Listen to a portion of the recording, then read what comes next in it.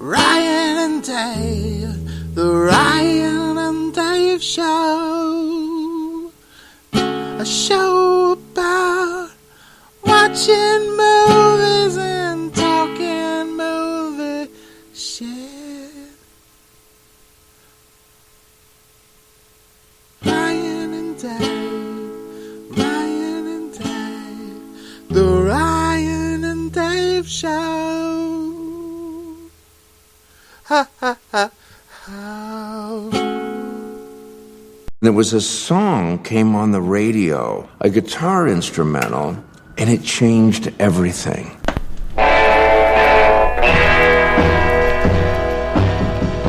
Link Ray, it's rock and roll. Rumble. Yeah, that's the one. Rumble. Hey, Rumble. Rumble had the power to help me say, fuck it. I'm going to be a musician. And then I found out that he was an Indian. The music that we know here in the United States is fully supported by input from Native and Indigenous people. Mr. Randy Castillo! Randy had become one of the most influential heavy metal drummers in the world. This is Jesse Ed Davis. I particularly fell in love with Jesse Evan Davis. He was a Taj Mahal, and Taj's album is what spurred me to rock more. And here's your rocking chair lady, Mildred Bailey. From 16 to 20 years old, that's the only thing I listened to was Mildred Bailey. I just said, I want to learn how to sing like her. Figuring out that these people were Indians, and then we started to ask ourselves, why didn't anyone else know that? There was this key expression, be proud you're an Indian, but be careful who you tell. All of a sudden, I was talking about Native American issues and big-time television. And all of a sudden, everything disappeared. From Charlie Patton to Link Ray, Robbie Robinson invented the genre. Jimi Hendrix is the best in his field. Jesse Ed Davis, everybody wanted him. Well, that's interesting, isn't it?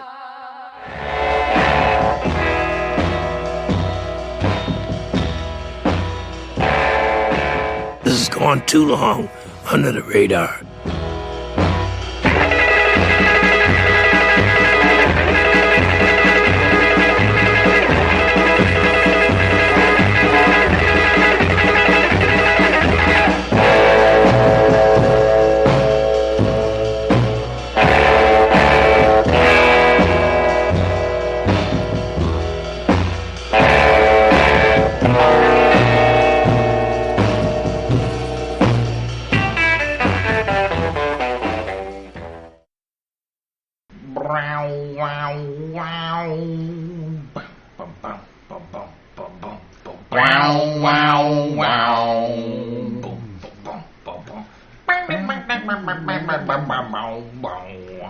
Welcome to the Ryan and Dave Show, and we are on eggshells today because we do not want to do a disservice to the film we're about to talk about, and we are not talking about Spider-Man, which is what was advertised last week.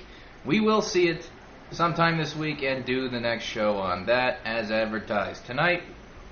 Today, whatever time you're listening. Right now. If it's morning, it's morning. So good morning to everybody listening to this in the morning. I don't know if there are worse things to have than us in your ears in the first thing in the morning, but anyway, so yeah. Anyway, whatever time it is, welcome. Welcome. We're glad you're here. You're never alone with the Brian and Dave Show. Yeah. We're doing a fantastic spirit, mind-altering film. Good description. Rumble. Indians who rock the world. Yes, and who are still rocking the world. And still rocking the world. And the people that listen to these guys who are also rocking the world. Their spirit and energy has transferred into outside of their own communities. It has transmogrified. I don't think I've seen a documentary like this that's been this good since Searching for Sugar Man. Have you seen that one? You asked me and I said no, but you did say it was similar to this, is it? It has a similar feel. Mm. Both documentaries are completely different. He is actually mentioned in this film, right? When I saw Searching for Sugar Man, I got the same feeling I did for Rumble. Yeah. Which, to be honest, is like I felt even more electrified because it's broader. It's not just because it's history that's being revealed. That has been suppressed. It's more than suppressed. It hasn't even been written. Right. It's been written out. It's been orally passed down through tradition. Why don't you let me finish the sentence? Oh yeah, yes, right. Yeah, I've had criticism for that. You're right. I should step down. Sorry, no. To be honest, I'm just so jacked up about this film. It's history. Okay, it's history of North American indigenous people who play music, right? Yeah. And it's also history of like popular music, like it's everything. Blues, jazz, blues, rock and roll, heavy metal, like eventually, yeah. Yeah. So Ozzy, like his drummer, is in this film, who's kind of like it spends some of the last part of the movie focused on him, and he was like a superstar in his own right. Oh, absolutely. Like world renowned. Like Ozzy was the front man, of course, but I mean, back then, I guess if you had the charisma, if you had the talent, you could be like kind of your own marquee entity, as the drummer. Yeah. Yeah. So we'll get to all. We'll try to touch on as many people who are in the film without giving away too much. Yeah. But suffice to say, like Aboriginal history is also a part of our history because truth is truth, and history is like real, like true history is it. It informs who we are today. It informs who we are. It ignites our spirits or our minds or our creativity. Reconnects us. Yeah, and we understand knowing that this music has come, all these different musics have come from, like communities that have been isolated and basically shut down on all fronts. Yeah. Politically, socially, economically, culturally, This movie isn't really about music at all. When you drill right down into it, it's about history. It's about identity. It's about there's music in it, so it's about music. I mean, that's one subsection, but really, it's telling a broader story about cultural identity and aggressive assimilation and the effects on that. Yeah, whitewashing, if you will. Well, seeing okay, if we had Indian blood, we would probably be like, oh my God, I'm connected to that. Yeah.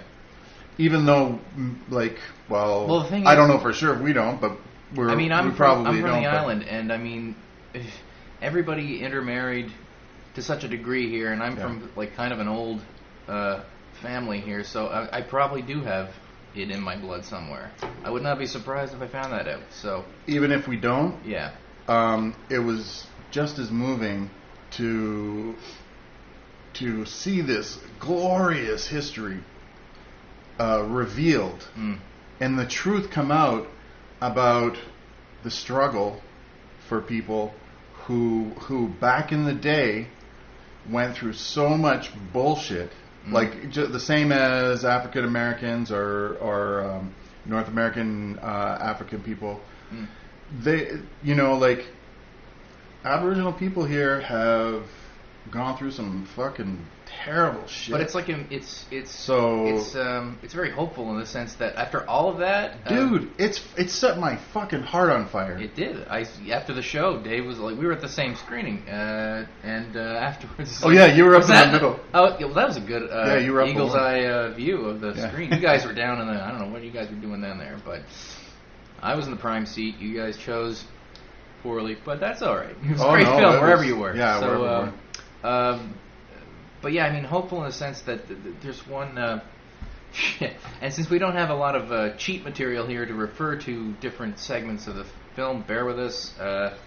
Even if we wanted spoilers, probably wouldn't be able to recap a lot of it. But there was one. I think his name was Stevie Salas. Was that it? Stevie Salas? He was like one of the producers? Yeah. Yeah, he played with... who did he play with? Ozzy or... No, that was Randy Santillo. Salas... fuck. Anyway, he has... Anyway, he was the one who said, after all of this that's happened... it's like it's not gone away because we wouldn't have been able to pick up all the pieces of the culture that was tried to be shattered by the white man, basically. Yeah. Or was it? I don't know. It survived. It survived by hiding, and it survived by being creative and playing music. Mm. It's hidden in the art. It's in the art, and it's in the beat, the rhythm, the music, the source of that is being built on. That's the foundation that all of these music genres have been kind of built on top of. So anyway, do you want to just like go through kind of the plot? There is no plot. We'll just jump around where we want because documentaries are like that. So okay, we'll follow suit. This will be different. This will be more free form. Take some of the pressure. I don't want to give away too much if people haven't seen it. Oh yeah, that's right. This is going to be a delicate balance. This is a delicate balance one. Yeah, I never thought about that before we started the show. Usually I'm just kind of in the mode to go into it and talk about it at length, but you want to keep let's just talk about it. Let's assume people have seen it. Yeah. Okay. If you haven't seen it, go when it comes out. Yeah, shut this off and go watch it. Find it somewhere. But if you have, we're just going to talk about everything that we can remember. And that's Rumble, the Indians who rock the world. I want to buy it when it comes out. Yep. I want to buy it. I want to borrow it. Because I'm cheap. Yeah, we could do Rumble too, and just give it another chat because it's really phenomenal. Yeah. You know, and there's so much more. Yeah, we should give a shout out. Oh, sorry, go ahead. Again. We should give a shout out. I'm so aware of it now. That's good. You're learning. I'm learning. Respect your elders. Respect your elders. Give me some tobacco. No, I'm kidding. A shout out to the stuff that did not make it into the film because it's after the show. The producers came on for a Q&A and they were saying that the director, Catherine Bainbridge, she was talking about how they had it was like an hour more of footage that they had like a couple more hours on country. Right. Yeah. So country is integral to the Indian influence through pop culture through the ages. Like Hank Williams Jr. was like half. Hank Williams. What was it, Cherokee or? Was it? I think it was Hank Williams. Yeah, but he was half something. I don't know. It's touched on a little bit here, like with Johnny Cash, who's not native, of course, but I mean, he did that album in the 70s, was it? Yeah. And they tried to suppress it, and he was like, he was Johnny Cash. He was like fucking middle finger. Yeah. Well, the radio stations weren't going to play it. Yeah. And the record labels weren't going to let him make it. Yeah. And he's like, I'm making this. By the way, since we're already into this, we might as well just keep going, and we can just do our week later, because I have nothing really to... The week? Yeah. It was my birthday week. I had a great time. And I had a kind of a shitty week, so there we go. Right on. All right. If only all the preamble could be that quick sometimes. Moving on. But yeah, so Johnny Cash... but you were really effective. I'm going to let you take the wheel on some of this Johnny Cash stuff. basically said, I'm doing this, I'm doing these Indian songs, and that's all there is to it. Yeah. And he collaborated with, I think, damn it, I should get a list of some of the subjects who were kind of profiled in this piece, because they deserve to be named and everything, but I'm kind of forgetting names as we're going through it, because this has been a few days since we've seen it. Right. And we don't have like a reference thing to... well, here we go. Was it Jesse Ed Davis? He was the insane fucking guitar player. Yeah. Yeah. Was he the one who hooked up? He played with the Beatles. He played with what's his name? Eric Clapton. Yeah. I'm not sure the native guy he played with, but he was basically like a lyricist, like kind of like a Lou Reed kind of spoken word with music. A poet. Yeah. And he ended up on Jackson Browne's single about that was Jesse, something about eyes. I forget the name. It's a. But if you heard it, you'd be like, oh yeah, it's a well-known song. Yeah. And it was like, I think it was a one take, and he was just like. Oh yeah, he was like such a prodigy that he was like he listened to, this. Who was the lead singer of Jackson Browne? Who's that guy? Jackson Browne? Jax, maybe? I don't know. No, I don't think his name was Jackson Browne. Or was it? Oh, maybe it was. Okay. I thought I have no idea. I thought that was just a band name.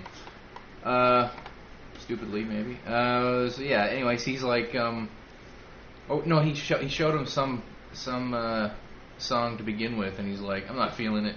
Yeah. What else he got? And he's well, there's this thing, and then he's like, I guess he played him for like 30 seconds, and he's like, okay, I know how to play this. Yeah. He was that good. So.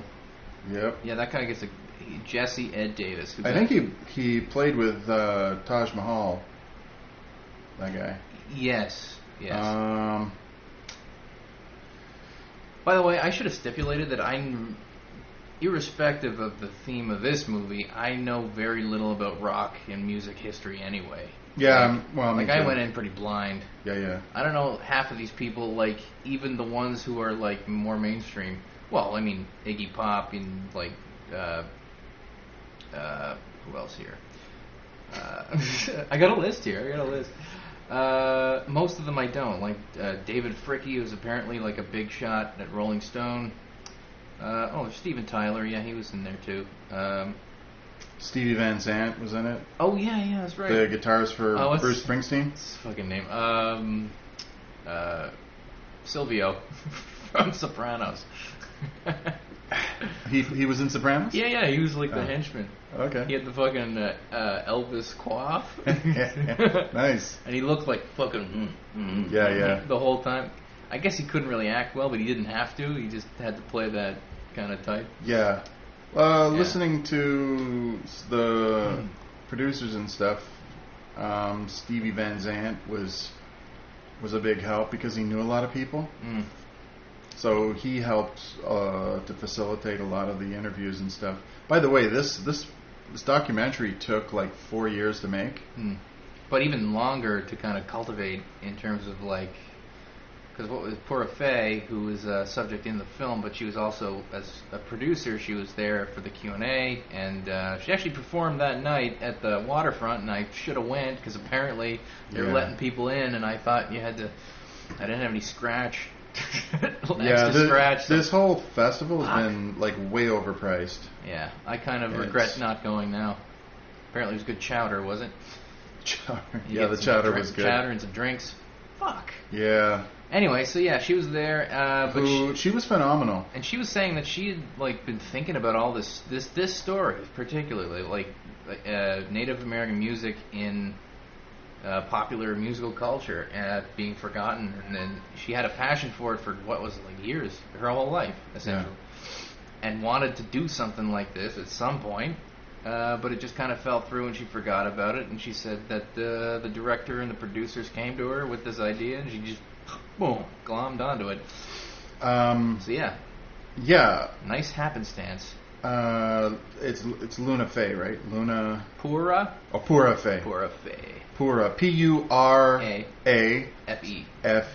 Like iron. And that's her website. PURAFE.com. Yeah, she has her own website, and her music is phenomenal. It's like she hails from the southeast region of the States. North Carolina, I think it was. Yeah, and she, like in the film, she sings with some other members of her band. She does solo stuff, and she's in a band. Yeah. And she does a lot of writing. Pura Fe Crescione. Yeah, so check out her music. It's very moving. Yeah.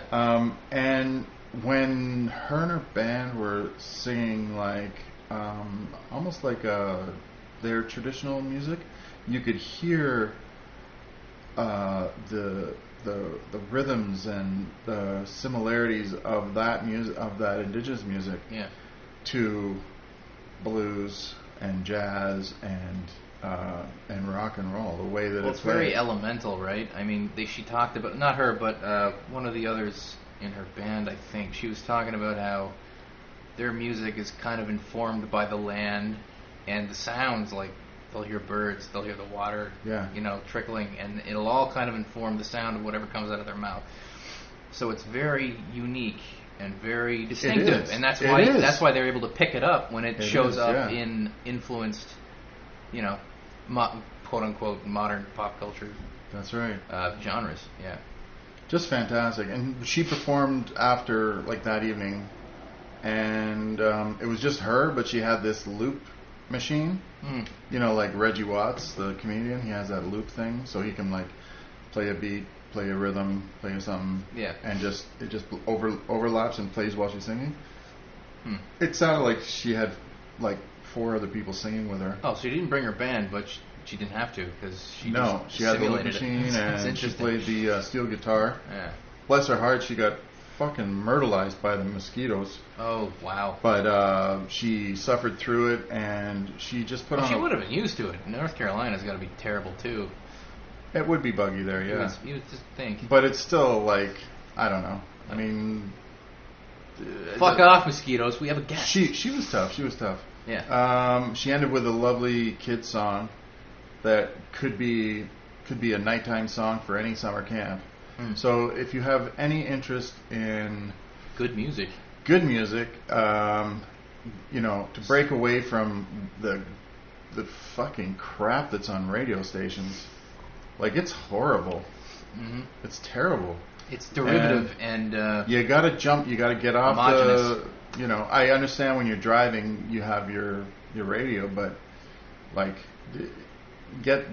go visit Purafe.com. Pura, spell it. PURAFE.com. Perfect. All right, Teamwork. So that's Purafe. Yeah. She was the bomb. But just while we're still on her as a topic here, I love that scene, and they talked about it after the show. The guy running the thing there, he was the moderator. What song was she playing on the record player there? It was Charlie Patton. Charlie Patton. One of the main okay, this movie is kind of broken up into main subjects, like in terms of inspirational figures in different genres, and one of them was Charlie Patton, who was I guess he was originally like a plantation born musician, who kind of he influenced the birth of the jazz movement coming out of the South. Charlie Patton, and he snuck around to avoid being identified as an Indian, because it was criminal to be off the reservation or around I'm pretty sure he was of the slave plantations where he was. Keep going. I think if my memory's starting to fuck with me, but I think he was identifying as black because to be Indian was worse. Yeah. And so he was like of the plantation culture there, like in terms of like being one of those who was entrepreneurial and trying to kind of better his situation. Yeah. The best he could, with a fucking society that's out to kill him at every turn. You know, it's an incredible amount of grit and toughness that took, and artistic integrity, because there was the resourcefulness they described in him, like an entrepreneurial spirit. Like he would go around to different juke joints, and he'd just play like to whatever, but he would earn some money. Yeah, you know, which was a tough thing to do, obviously, and there was the fact that he was not allowed to have drums, right?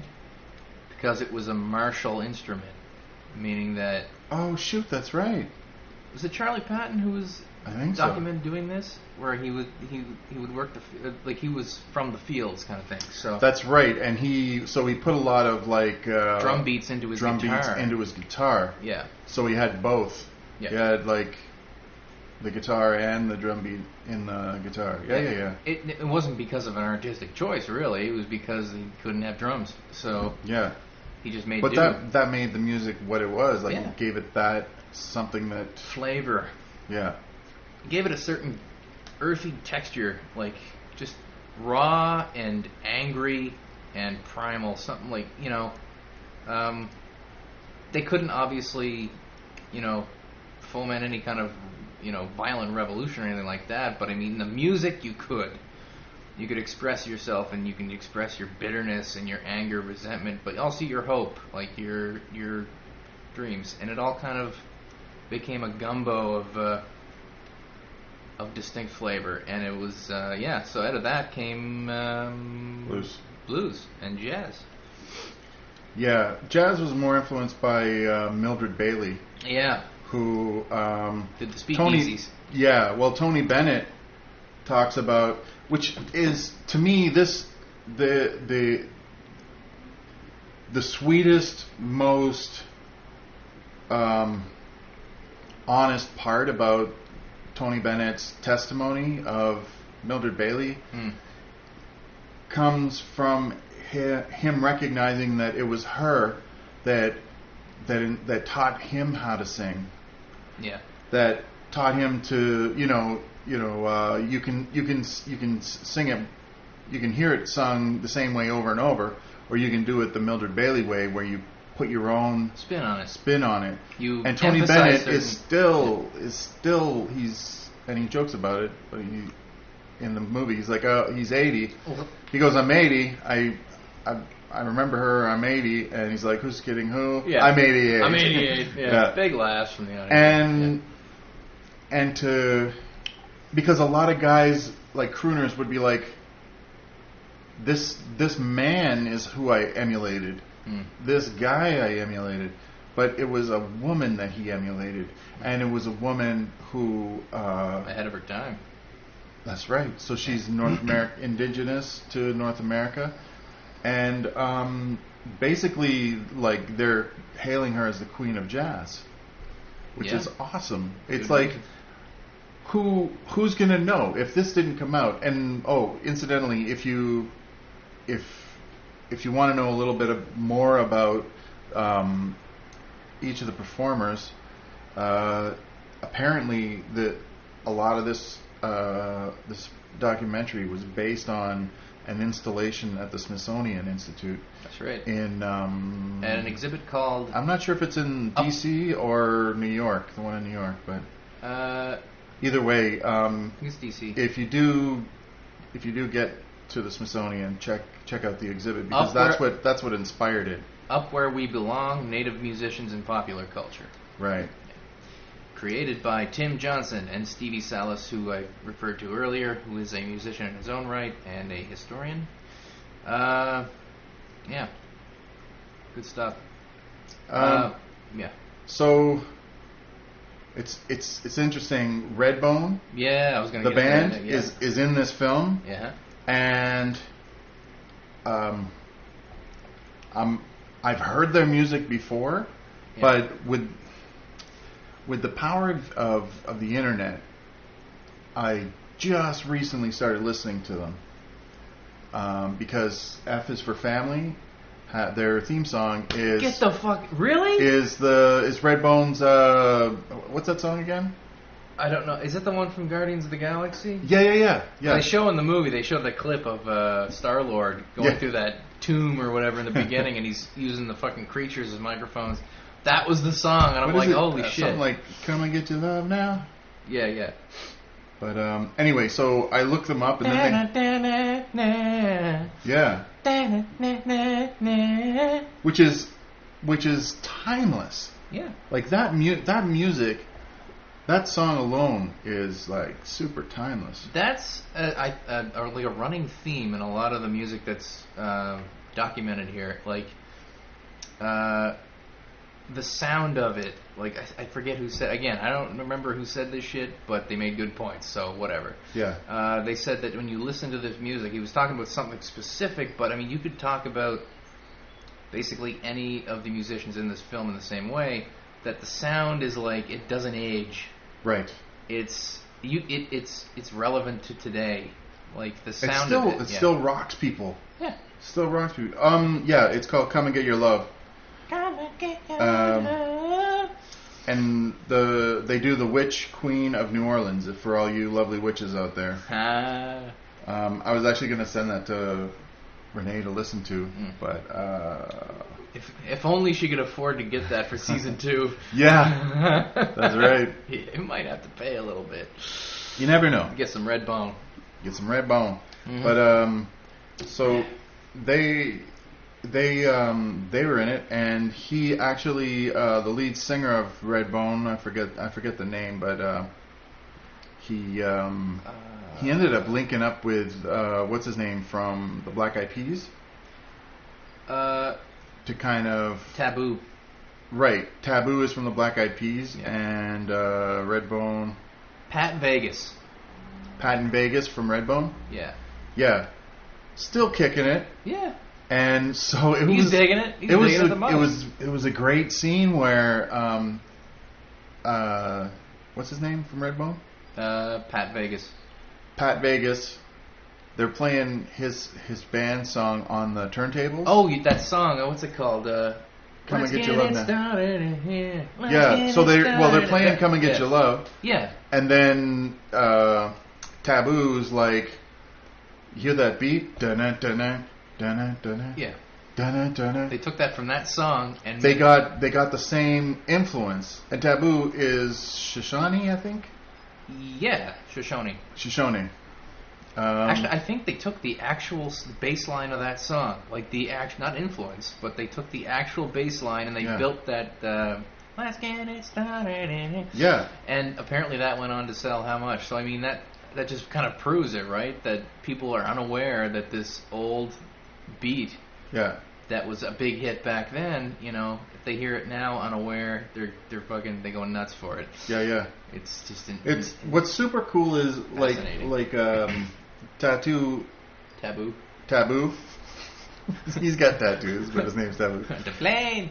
Taboo is like a lot of people. He has a grandmother who he spent time with, and it's the elders who can link you back to your. There's much to be said about the grandma, the women especially. The women or the men. Like the elders are really. Even just to be around them, there's an energy, and they've seen some shit. They know stuff. They have. They're in touch with their culture, man. You got to learn where you came from, and these artists did. And look what they did. They changed music forever in their own way. We didn't even since we're bouncing around so much here, we didn't even go to the very beginning, which is where the title of the movie comes from. Rumble, which is from the famous musician Link Ray, who did that riff that you've all heard, but I had no idea that it had a Native American origin to it. Yeah. And it was like so revolutionary at the time. Yeah, and that song in particular is like Martin Scorsese has something to say about it. Iggy Pop has something to say about it. Oh, Iggy Pop Robertson has something to say about it. Didn't he hear that in college? He was talking about how he heard it in college for the first time over the loudspeaker or whatever, and he's like, what the fuck was that? Yeah. And he's like, I guess I can be a rock star or whatever. Like, Iggy Pop got started on Rumble. So there you go. Yeah. You know, and the reason, now, that this guy in particular is like, the reason that we're just learning this dude's name now. Yeah. And this guy's sort of influence is, he had an instrumental of his that they wouldn't even play on the radio because he was Indian. And the CIA got involved with that. It was also because, he was Indian, and also the music they felt had an undercurrent of, I guess they eventually dubbed it like the theme of teenage delinquency. Yeah. That it would inspire youth to kind of rise up against the status quo and the patriarchy, that kind of thing. Just the sound of it got people riled up. The sound of the guitar the way he plays it, it really is iconic. I wish we had like a music expert on here right now. Yeah, that'd be great. Yeah, to explain all this stuff. We're just winging it, folks. We're just kind of going by what our feel of the piece was. So bear with us. If you're a guitar player and you're like listening and it's fucking grating in your ears that we're missing obvious details and sorry. Sorry. What were you saying, Dave? So we'll just mention a few people. Slash from Guns N' Roses. Fuck. Every time you bring up something, I'm like, I was just going to say that. Oh, yeah? Yeah, Slash was in this. Yeah, Slash was in this. I was going to go on. I was just going to say Slash. Charlie Sexton. Who was Bob Dylan's guitar player? Bob Dylan's guitar player, yeah. Or bass player? Buffy St. Marie. Oh, yes. She's in here. She was a big... Universal Soldier they played some of that in the film, which was... That was a beautiful song. It's fucking amazing. Like, she's so good. I might have heard that before, but this is the first time where it actually, like, fucking hit me. Her music is just so powerful. Yeah. It is. You know, like, there's just some songs and some artists that transcend generations. Like, it's just... That's true artistry. When you're not catering to a certain it crowd in the moment, to a popular culture interpretation of what's quote unquote good music. If you're going by some kind of commercial consideration, then you're going to be passé sooner than later. Whereas if you're reaching into yourself and especially in this case where you come from, your roots, it's going to inform your art. It's going to be honest. People are going to feel it. They're going to hear it in the music, and it's not going to go away because that shit never goes away. It's who we are. It's in our blood, and it's all part of the circle of life, my friend. Yeah, and like music that comes from cultures that went through genocide on every level, like forced to stay on reservations, forced to be to take their kids and put them in residential schools. The music was banned. They had washroom for white people, black people, and Indians. They had their own washroom. Like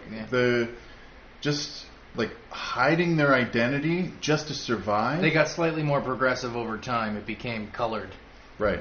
Yeah. But still, it's progress is fucking slow. Yeah. But this is just being brought to the world in a accessible way. In an accessible way. Like watching this film, like this should be and could be, will be, I hope, part of a curriculum. Part of a curriculum for. See, sometimes you like when I interrupt because I add the right things. Yeah. It's when I don't that you're like, motherfucker. I'm gonna finish my thought. Well, the thing is, like I remember I was when I swore not to watch TV for a few years. During that time, I just immersed myself in different libraries in Toronto, and Toronto Metro Reference Library has it's like a glassed-in section with all Native American history, photos, stuff like that. And this film has reached me more than all the times I went into that reference area. Yeah. Why? Because it's a medium that... Film is a very special medium. Yeah. And it's also like, like living living in Toronto and not being exposed to Aboriginal people. You don't know. All you hear is, well, it's rough on the reserves or this or that. Yeah. You don't know. Yeah. But hearing this, like, this is their history, and they're alive, and in a powerful way, they are leading the way, and they, like, their spirit is alive, and they're sharing that. Like we're still, like, we're another concentric circle that's outside of their community, but they, that vibration goes from them to us. Yeah. And to the future. It's just like, I mean, it was my birthday. What was it? Thursday? It was Thursday. And then when did we see this film? Friday? Yeah. Yeah. No, I guess Friday was your birthday. No, Thursday was my birthday. No, Thursday was your pre-birthday. Oh. Anyway, it was the greatest birthday gift anyone could give me. Next to frying all that stuff, yeah. Broccoli was all right. Yeah, we deep fried like a bunch of stuff. We had a deep fry last week at Dave's place. But like, just like. Can I just point out actually that the people survived? Yeah. Right, and now we're getting the truth and the history, and now we can, like, Canada is 150. Now, for the next 150 years, I hope that let's build on that. We become a true federation for everybody in the landmass. Yeah. That we take care of each other. Yeah. And make sure everybody gets what we need, what they need, and respect them. Like when white people protest, then the government and business can't do anything. So same thing when they're doing things, to protect the land, they're not bad people. They're not, you know what I mean? They're protecting their land and water, clean water. There's a connection to the water. Coca-Cola shouldn't be able to come in and drain all the water out of a community and then sell it back to them in bottles. Like, it's just complete nuts. And it's very rapey. But the upside is more and more and more and more people have this awareness. And like, this film just it's like the wind I needed underneath my wings to kind of, because I'm almost 50. Yeah. So I got another maybe 20 years or something. I don't know. Oh. Depends how long I live. Let's go the upshot. But I'm hoping that in my lifetime I get to see the standard of living of all people in North America, well, all over the world. Yeah. Well, you can't fix shit anywhere else if you can't fix shit at home. Exactly. Yeah. And clean up your backyard. I didn't first. celebrate Canada's birthday because I just felt shitty about what was going on. So anyway, this just proves you can't kill someone's fucking spirit. No. You can do a lot of other things, and thank God and Goddess, Mother Earth, whatever you believe in. Just grateful that, and you don't even have to believe in God if, like, you don't believe in God. Nope. So we can still be grateful that people survived and thrived and managed to, like, make this huge contribution. We can all celebrate our common humanity. Let's believe in that. One of the most moving parts of this film was when, I forget who was leading the film crew, but it was in New Orleans, and someone was saying, Mardi Gras is not what's going on in the French Quarter. Yeah. Mardi Gras, follow me. Yeah. Follow us. We'll show you what real Mardi Gras is. And they go off the beaten path. Have you seen? And it was all of these people who had native regalia. Creole. Yeah. Creole. Yeah. Who knew that they had Indian blood. Yeah. Native blood. I'm using Indian just because they do in the film. Yeah, but yeah. Native blood, and But everyone thinks they're black, and like that they're all of African. That's right, because physically they look African. They're darker than That said, they're and I think the analogy was, if you have 10% black in you, then you're black. But if you have like 90% Indian, you're still black. Yeah. And these guys had the pride and the regalia and the music and the rhythms. That was, and when they said, you want the real Mardi Gras, check these guys out. And there was an old. It's not like white tourists who want to throw beads and get someone to show their tits. Exactly. Exactly. People think that's what Mardi Gras is. That's not what Mardi Gras is. No, that's a spring break kind of thing. Yeah. That's a joke compared to what these people were doing. And I think the reason that there was a mix of black and native was the way that the colonialists had separated the males and the females from different groups. Yeah. And it ended up where there were females from native groups that ended up with males from the African groups, and they mixed.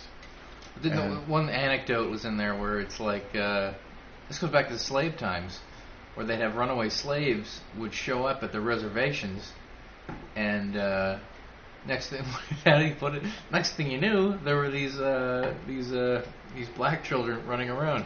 Or the black Indians. It's like, where do you think they went? Like that's their heritage. Like the runaway slaves and the reservations. So I don't know if you've seen the film, you know by now that Jimi Hendrix has native blood in him too. And he spent a lot of time kind of, like understanding his background. Mm-hmm. I forget which side it is, but he's if you can hear 3 notes the same way you can with the song Rumble. You can hear 3 notes of a Jimi Hendrix guitar playing, and you know it's him. Yeah. Because he has that style, and it really does come from. It comes from him and like all the stuff he was exposed to when he was young. His sister is in this film and talks about it, which was really fascinating. And frustrated with the commercialization of him, how he was packaged, like how she was saying how there was a poster that she has or whatever that shows him as much darker than he actually was, because they wanted to identify him as a black artist, right? And because I did not know he had any native in him prior to this movie, so that's how fucking insidious that was. Yeah, I mean, I was a huge. This is Jimi Hendrix. Fuck. I listened to him all the time. Yeah, me too. I loved his music.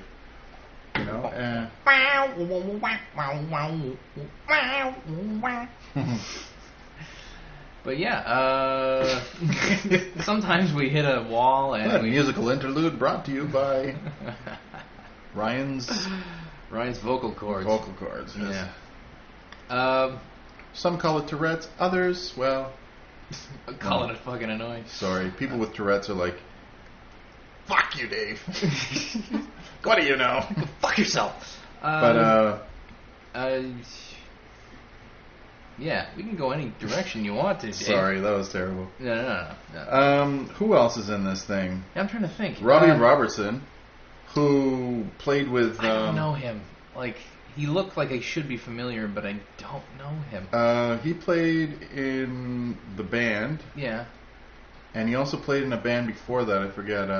Who played for Rod Stewart? I think that was...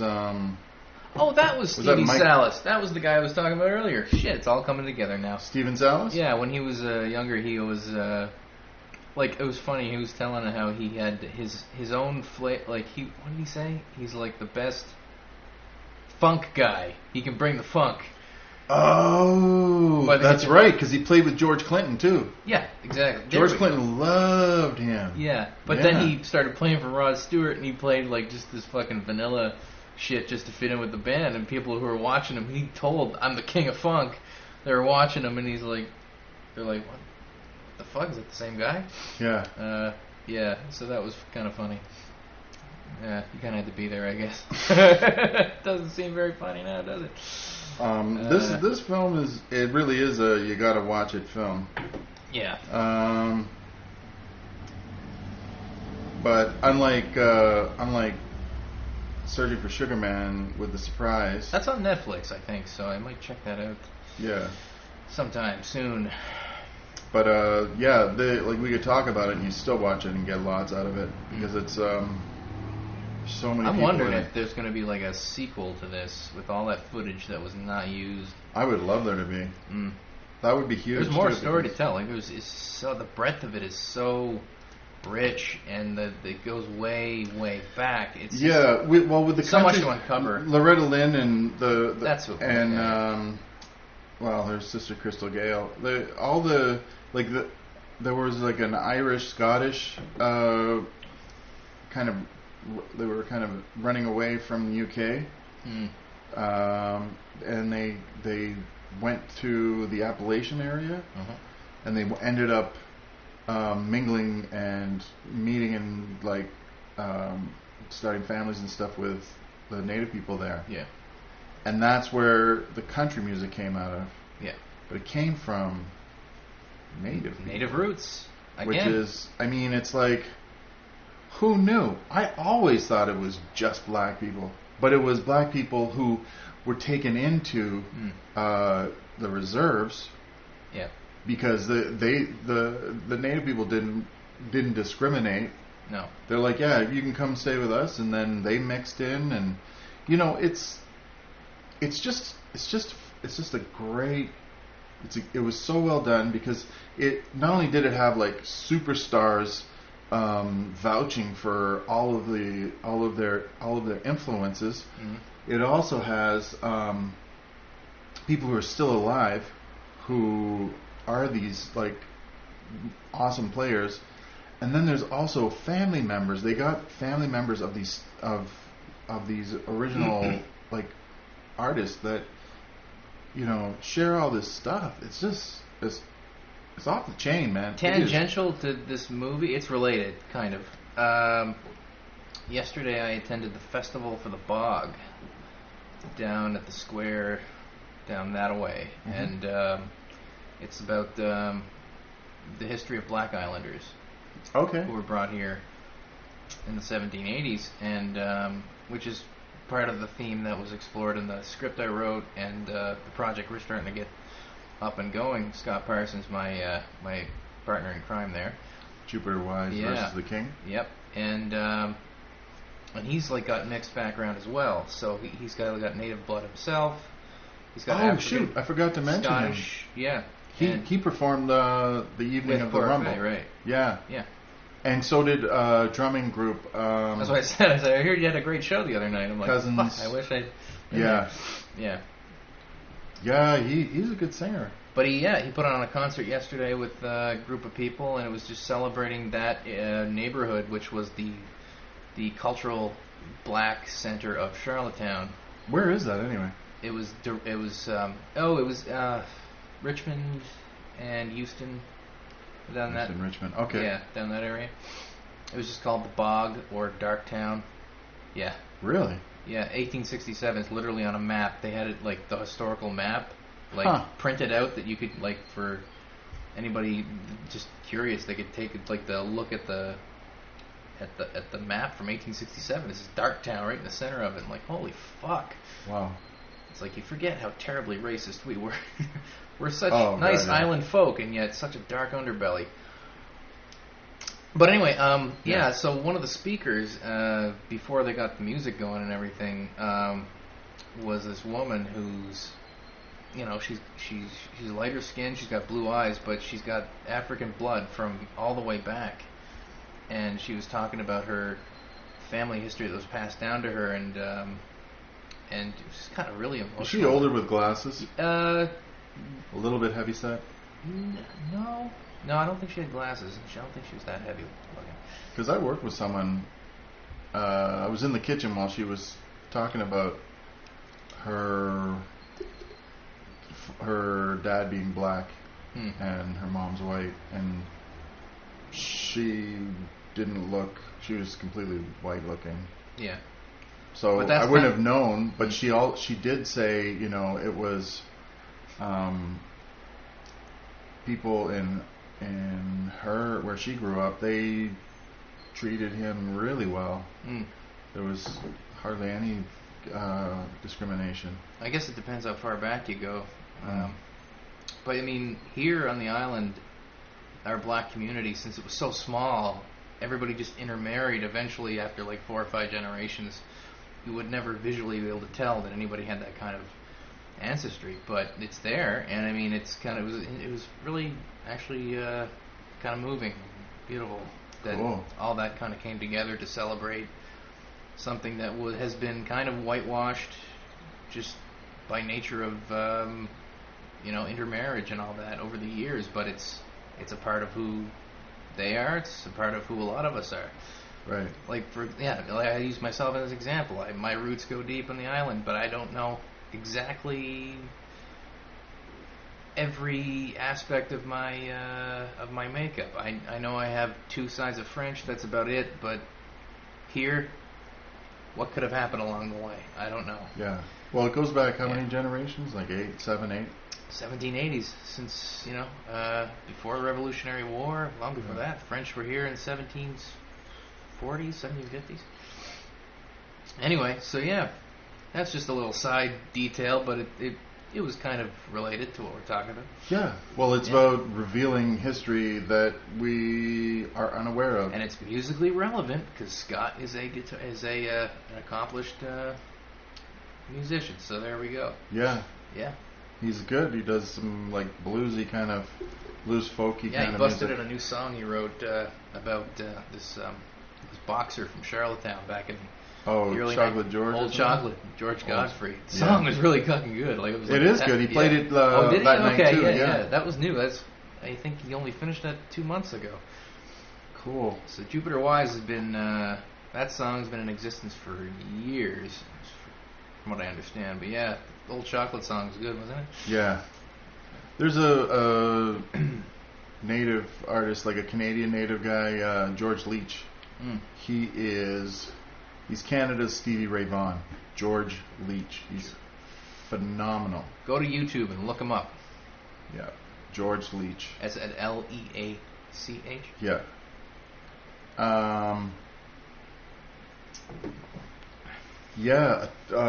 Tribe Called Red has been doing some like electric powwow kind of music, and they're mixing a little bit of like house music with hip hop and traditional powwow music, and they're doing it in a way that is funky and makes you want to move, but it does the like the original music's justice, you know, like it's not easy to kind of make that work.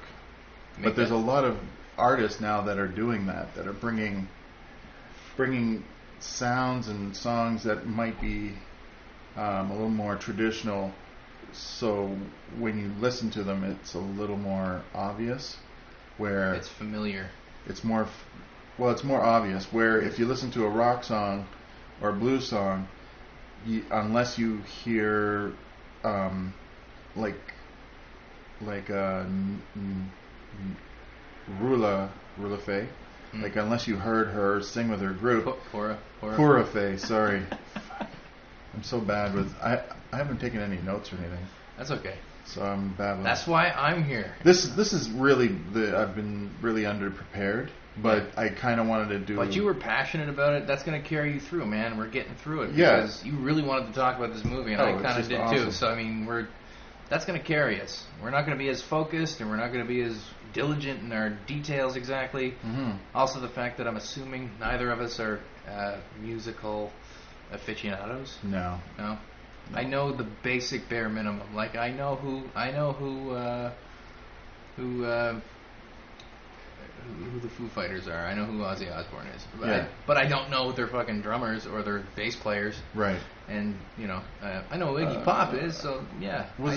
I think one of the It was a bassist from Metallica. He was in that too. Bassist? Yeah, I forget his name, but he was in. He was Metallica's drummer, Robert Trujillo. Yeah, he was cool. He's given his testimony. Yeah, he's Apache, right? It had it like every time they were on screen, it was like what they did and then what was their ancestry. I think his was Apache. Yeah. I think at one point, was it Phil Susan who said that Ozzy, he really only liked Indian guitarists, right? Because they got it. Because they got He felt an energy with them, like they understood the rhythms, and they were able to be intuitive with their like not rigid with their playing, like, and he could kind of work with them and kind of just riff, because they seemed to have some kind of energy that they were tapping into that other people were unaware of, or other musicians who didn't have that history. Yeah, it's amazing. There's so much in this film. Mm-hmm. I got to see it again. I'd love to buy it, and I really do hope they do like a second film for, even if it was just supplemental or bonus material for a DVD or something. Yeah. Where they included the country influences. That'd be pretty wicked. I think that might be enough for like another film, like instead of like a deleted bonus feature or whatever. It seems like a short shrifting, because that's an important part of American music, right? Country is an entire genre, so but yeah, they could only cover so many facets here. But I thought they did a great job and dabbled in a few different areas that kind of showed you the extent of where these how deep these roots went for all of these genres that you would not associate with quote unquote Native Americans. Yeah. Like, I think the most interesting were the ones that were the least likely, like Metallica, Ozzy, like all of these like not them particularly, but just sounds that bolstered their music, like the drums, or the bass. Like, those are, it's everywhere, and this movie does a great job charting all those things. A good resource if you're looking for a book. I think it was the director talking about someone she talked to someone who I think wrote it. Encyclopedia of Native Music. Who was talking about that? Was that on the panel? Yeah, it's the book by Brian Wright McLeod, which is not a bad book to get. Encyclopedia of Native Music, more than a century of music. Yeah, so they're out there. And another thing I suggest to anybody who hasn't been to a powwow or I have not has thought of going, the powwow communities are so inviting and so wonderful, and if you go, usually the MC, if you go to the MC and just you ask if there's a page of rules for the powwow, they usually say something if they want to hand it out, and you go there and it's wonderful.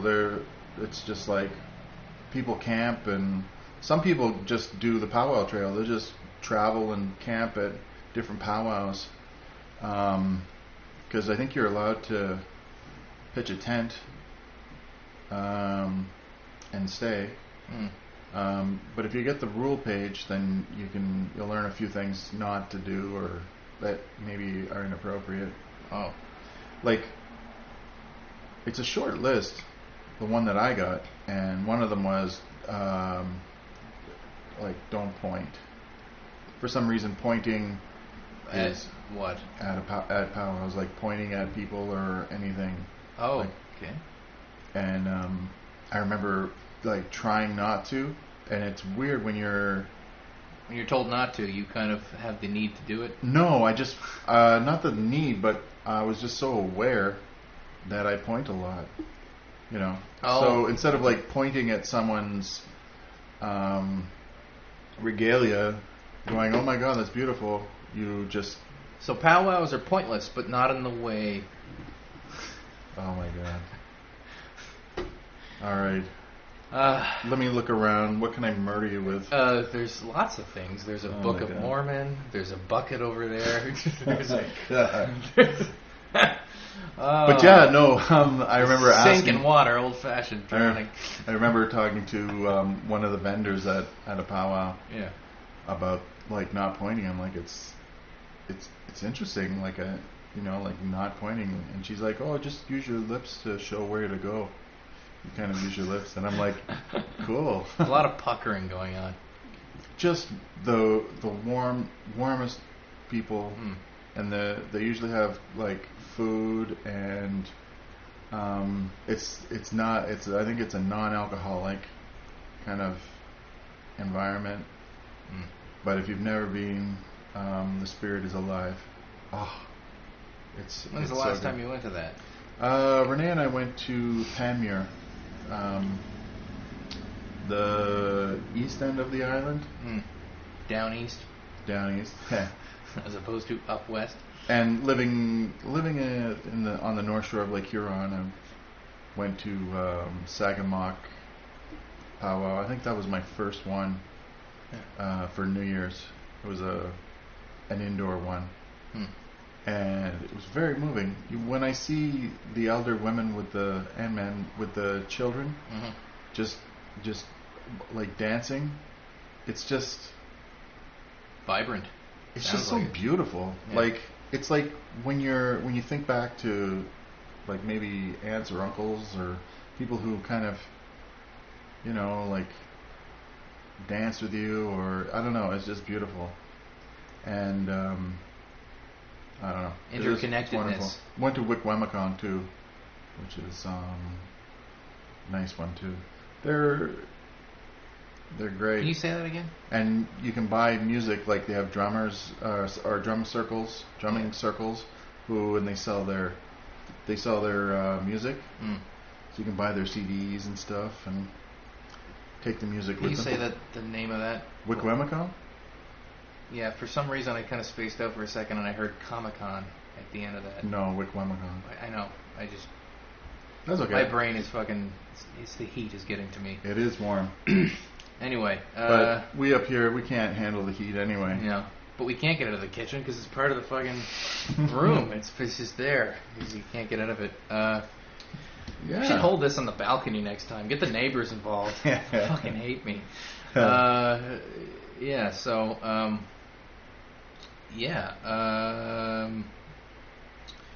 we're left a little at sea at times like these when we don't have a pre-prepared linear thing to follow. So any other thoughts coming to you? I'm just trying to think here. Any takeaways? Artists we may have missed that, anecdotes in there that were illustrative of anything deeper that we haven't gotten to let's yet. See. Mike Inez from Alice in Chains right. gives some testimony. Matt Sorum from Guns N' Roses. Taylor Hawkins from Foo Fighters. Marky Ramone, that's right, from the Ramones. Yeah. And actually, you can really hear where the Ramones got their sound. Like, it's clear that they... I don't remember their shit. Like, I did listen to it back in the 90s, but I don't remember...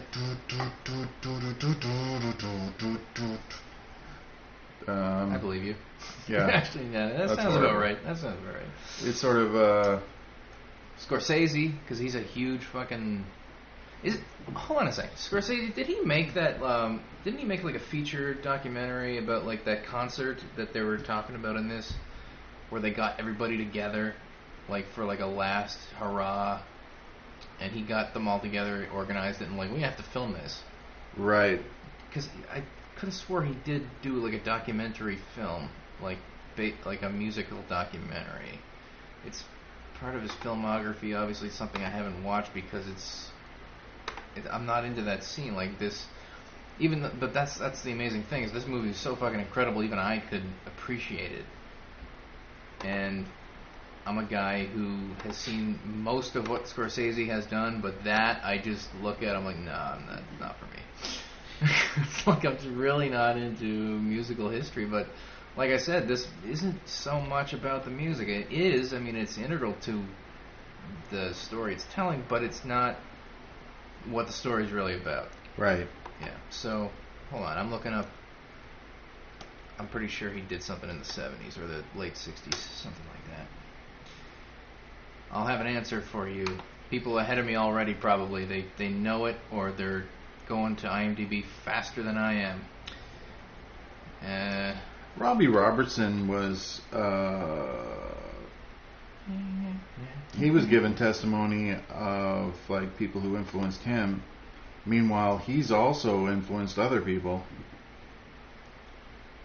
Playing in the band. The Last Waltz. Yeah, it was in the film here. A film account and presentation of the final concert of the band. So Robbie Robertson was part of that. Robbie Robertson's awesome. Yeah, Eric Clapton, Neil Diamond, Bob Dylan, Joni Mitchell, Neil Young, Emmylou Harris, Ringo Starr. Fuck. Robbie Robertson wrote the night they drove Old Dixie down, up on Cripple Creek. Oh, Muddy Waters. Muddy Waters was there too. And somewhere down the crazy river. He did that one too. Pinetop Perkins. Perfect name. Lots of alliterative quality there. Out of Montapaya. O-N-O. M-A-T. Yeah, so that was going to drive me nuts if I did not look that up. So I'm glad I got that out of the way. The Last Waltz was referenced in here. I think probably in reference to Robbie Robertson. Yes. Yeah. And everybody wanted to play with him. Oh, I love that bit where Bob Dylan, it said that they fucking hated him in the beginning before he became Bob Dylan. Right. Because he was doing all this... was it Robbie Robertson who played with him? There was some guy. Shit. Or yeah. was it Ed... Jesse Davis. Ed Jesse Davis. That must have been him, yeah. The prodigal guitar player. I forget it. But yeah, that was great. Like the native influence in his music as well, and like just the songs he was singing about the time. Like he was counterculture before it became huge in the 60s, right? So, you know, as he was pushing against the status quo and the man, society was kind of pushing back a little bit there. Yeah. And the British were actually instrumental. Oh, we didn't get into that either. The British were kind of like, hey, if Americans are not appreciating this artistry, the Stones were instrumental in bringing... Who was the one they brought over? Who's getting no respect in the States? Fuck. He was one of the guys who was mentored by Charlie Patton. And he became like a big star unto himself. And they talked about him quite a bit in this film as well. Was that the guy who wrote Rumble? No. It was someone else. The name is on the tip of my tongue. Hold on. Fuck. Alright, anyway. But anyway, they brought him over, like the Stones were instrumental in bringing him over to those variety shows and stuff in Britain, and they were a huge hit.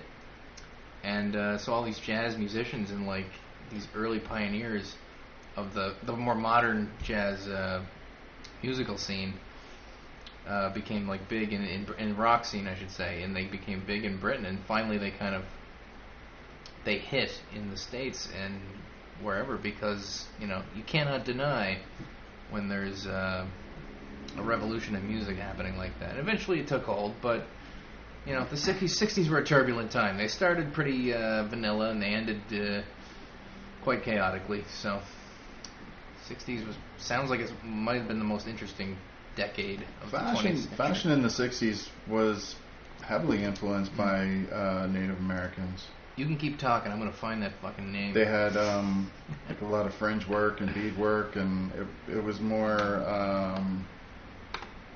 sympathetic to Aboriginal people. Which is weird, because Britain is like the quintessential colonial power with the most sins in the world for that kind of thing. In terms of cultural suppression and assimilation and like forced assimilation. So that's interesting that they were kind of at the forefront, even looking at America like, fuck guys, what's wrong with you? Yeah. Look at these guys, they're amazing. Yeah, so that's kind of cool. So Mick Jagger was at the forefront of that, and he's still alive somehow. Huh. Actually, they're all alive. It's like they're vacuum sealed, and then they're brought out for shows. How else do you explain that? I don't get it. Anyway. Blood transfusions and... Maybe. The blood of virgins. A lot of embryo milkshakes. Lotus leaves. No, what's that stuff they get Faustian bargains. What do they get? What do they get from babies? No, that don't live? Bone marrow? No, stem cells. Fuck, I'm dark. A lot of stem cell pancakes. They dig out bone marrow. Fuck. Wow, that went dark. Yeah, stem cells. Let's go with that. Yours is a lighter answer. Let's go with that. There's so much more to this movie, but I think we're pretty close to... I mean, I'm out of stuff that I can remember. Yeah, I'm gonna find that fucking name before I gotta sneeze, sorry. This show ends. Fudge. Oh, God. He was that bigger guy. He was like a big dude, and he was like... I have no idea who you're talking about. Oh, God. He's gonna drive me nuts. I might not find it before the time's up. The time is up. The time is up. The time is nigh. The time is nigh. I don't think I'm going to find it. People who are listening, who are familiar with music, you know who it is. What were you trying to find? The name of it, the guy. The guy. You know, the guy. You know, the guy. The guy. He looks like the guy. That guy, yeah. And fuck, I can't find the name of that guy, so... Alright, dude, let's wrap this up. Alright. You want to get into anything... anything coming up? What's going on? What's coming up? Yeah, with you. Anything? Doing a comedy show? I've been working on my puppetry, and I don't know. You should bring that open, Mike. Bring your own little fucking set, like a little wall that you can bring your puppets over. Yeah. Yeah. I was thinking of doing like a different set every week with different themes and or audiences. Yeah. And just come up with whatever 5-10 minutes in a week. But I need someone to help me shoot it. If you work the cameras, you can have my free drink at the open mics. Want to do that? Yeah. Okay. I just need you to one camera on me. Hold the camera, is it? And then one camera on the audience and me. That seems simple enough. Okay. I think I could do that. All right. Are you allowed to be out after 10:30? Because that's when these open mics are. I'll have to ask my mommy, but I think I can do that. Okay. Yeah, and I'm still writing. And working. Oh my God. Rumble, Indians who rock the world, who's still rocking the world. Fucking amazing movie. Chi Miigwech for everybody, all of the good stuff, and I want to send you out with Pura Fay's song. I Don't Know More. You got it right. Pura Fay, PURIFE. Download her music, pay for it, it's worth it, and like and share anything she does. And also subscribe. If you like the podcast, just subscribe. It helps us because the following shows get sent to you automatically. iTunes, Google Play. We're on YouTube. Yeah. Actually, what I was surprised to find out is that we're actually getting a lot of hits on YouTube. Really? Yeah, where we're not getting hits on our But we main don't feed. on YouTube. We don't have anything on YouTube. Yes, we do. What's on there? You put something up there? I didn't realize I was not doing it, but Podbean, which is where we can be found, ryananddave.podbean.com. There's an option to share via Twitter, Facebook, of course, and also G Plus, Google Plus. Google Plus, yeah. And it goes straight to YouTube. So I started posting that, and okay. Yeah, I think we're doing okay. Interesting. Like I saw, there was like 40, 42, something like that, hits on our last show. Oh wow. Yeah. Oh, so people are checking us out on YouTube. That's awesome. So hit us up on YouTube. We're there somewhere. Just go to the Ryan and Dave show.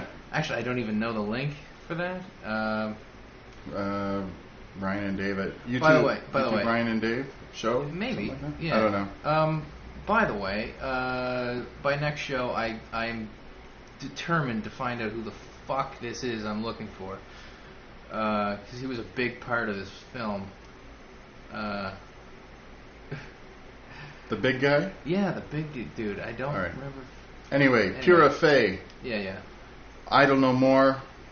And thank you for being the wind beneath our wings. I know it's a cliche, but your music helps us to soar and see the big picture. Bird's eye view. Kudos to Catherine Bainbridge, everyone involved in this film. You made a beautiful piece of work. So yeah, hats off to you. Resolution Productions. I was going to say that earlier. What a fucking perfect name, REZ Resolutions. Resolution Pictures. Keep up the good work. Yeah.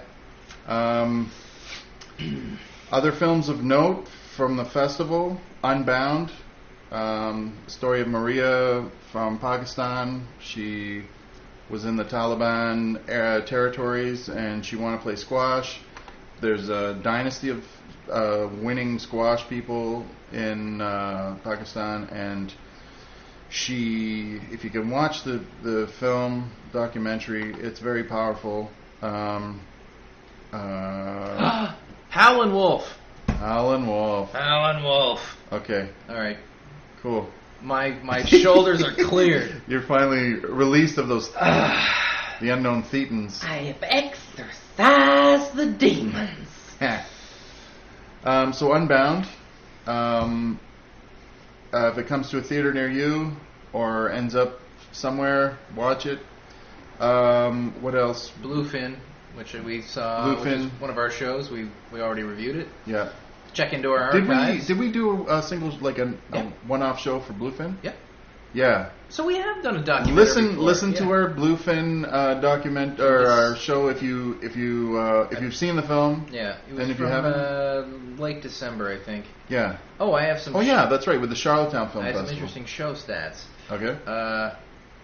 We have made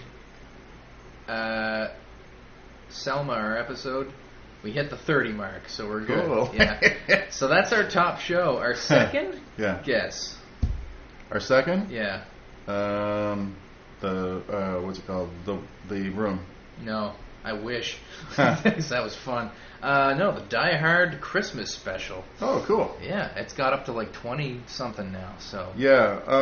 We should probably go through those our old episodes and resend them out on the YouTube? Facebook, Twitter, and do hashtags for the film titles. Yeah, because I started doing that with last week's. Yeah.